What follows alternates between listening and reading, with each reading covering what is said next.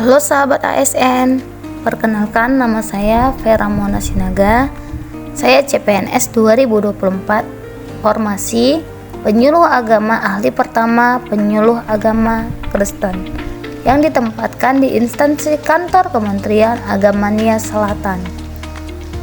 Saat ini saya sedang mengikuti latsar di angkatan ke-7 agenda 3 dengan tema analisis isu manajemen ASN di tempat kerja yang diselenggarakan oleh Balai Diklat Keagamaan dan disampaikan oleh Ibu Dandan Irawati SAG MPD. Langkah pertama yang harus dilakukan adalah mengidentifikasi beberapa isu aktual yang terjadi di lingkungan instansi maupun unit kerja saya.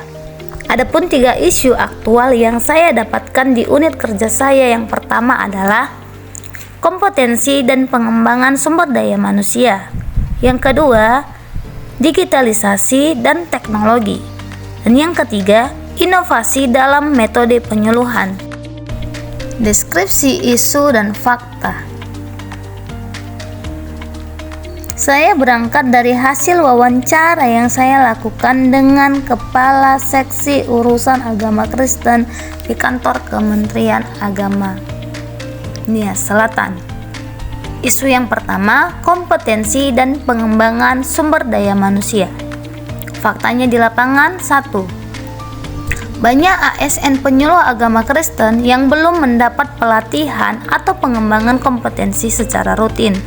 Yang kedua, kurangnya akses terhadap program penguatan moderasi beragama berbasis kekristenan yang kontekstual dan aplikatif. Isu yang kedua, digitalisasi dan teknologi. Faktanya di lapangan, 1. Terbatasnya akses internet yang mengakibatkan penyuluh kesulitan dalam mendapat informasi dan melakukan absen pusaka. Yang kedua, literasi digital masih kurang, sehingga banyak kegiatan yang sudah terlaksana namun tidak dapat diakses di media sosial. Isu yang ketiga, inovasi dalam metode penyuluhan. Faktanya, 1. Kurangnya evaluasi dan umpan balik karena terbatasnya pengetahuan mengenai teknologi baru.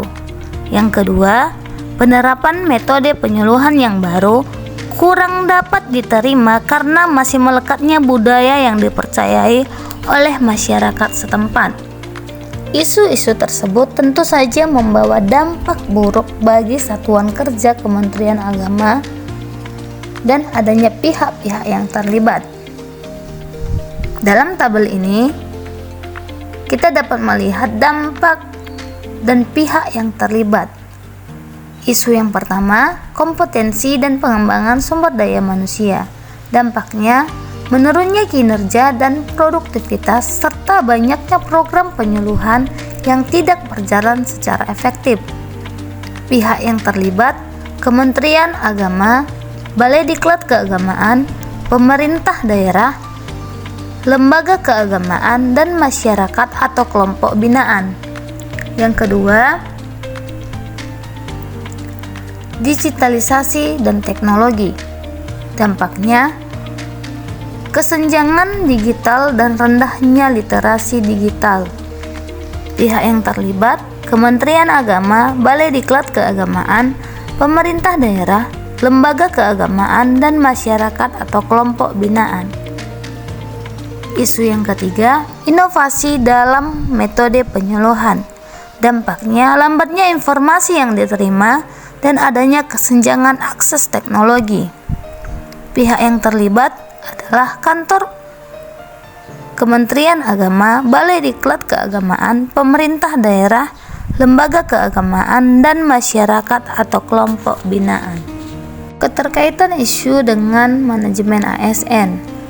1. Isu kompetensi dan pengembangan sumber daya manusia. Keterkaitan isu dengan manajemen ASN, menurunkan kinerja dan produktivitas ASN serta pelayanan publik yang buruk. 2. Digitalisasi teknologi. Pengelolaan data ASN tidak optimal evaluasi dan penilaian kinerja kurang objektif, dan lambatnya proses administrasi dan birokrasi. 3. Isunya inovasi dalam metode penyuluhan. Keterkaitan isu dengan manajemen ASN, rendahnya data jangkau dan dampak penyuluhan, serta rendahnya kompetensi ASN dalam komunikasi dan teknologi. Analisis isu yang saya gunakan adalah APKL. Aktual, problematik, kelayakan.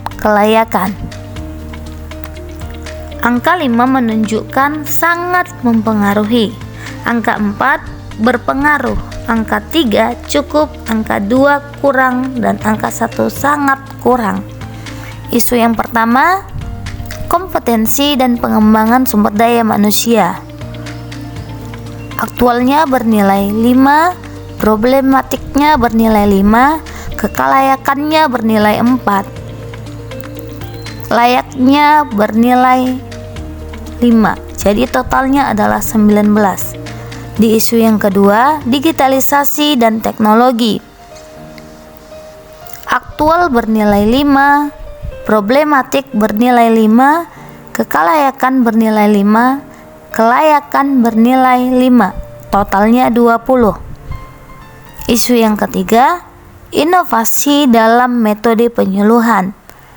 Aktualnya bernilai 5, problematiknya bernilai 3, kelayakannya bernilai 4, kelayakannya bernilai 5. Jadi totalnya adalah 18. Dari skor nilai yang telah dipaparkan, maka dapat diambil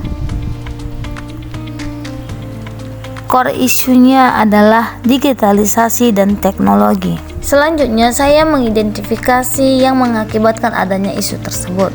Saya menggunakan teknik fishbone, yaitu 4S: skill, system, challenging, dan sublayer. Nah, kita boleh lihat pada fishbone yang saya tampilkan berikut ini, bahwa ada beberapa aspek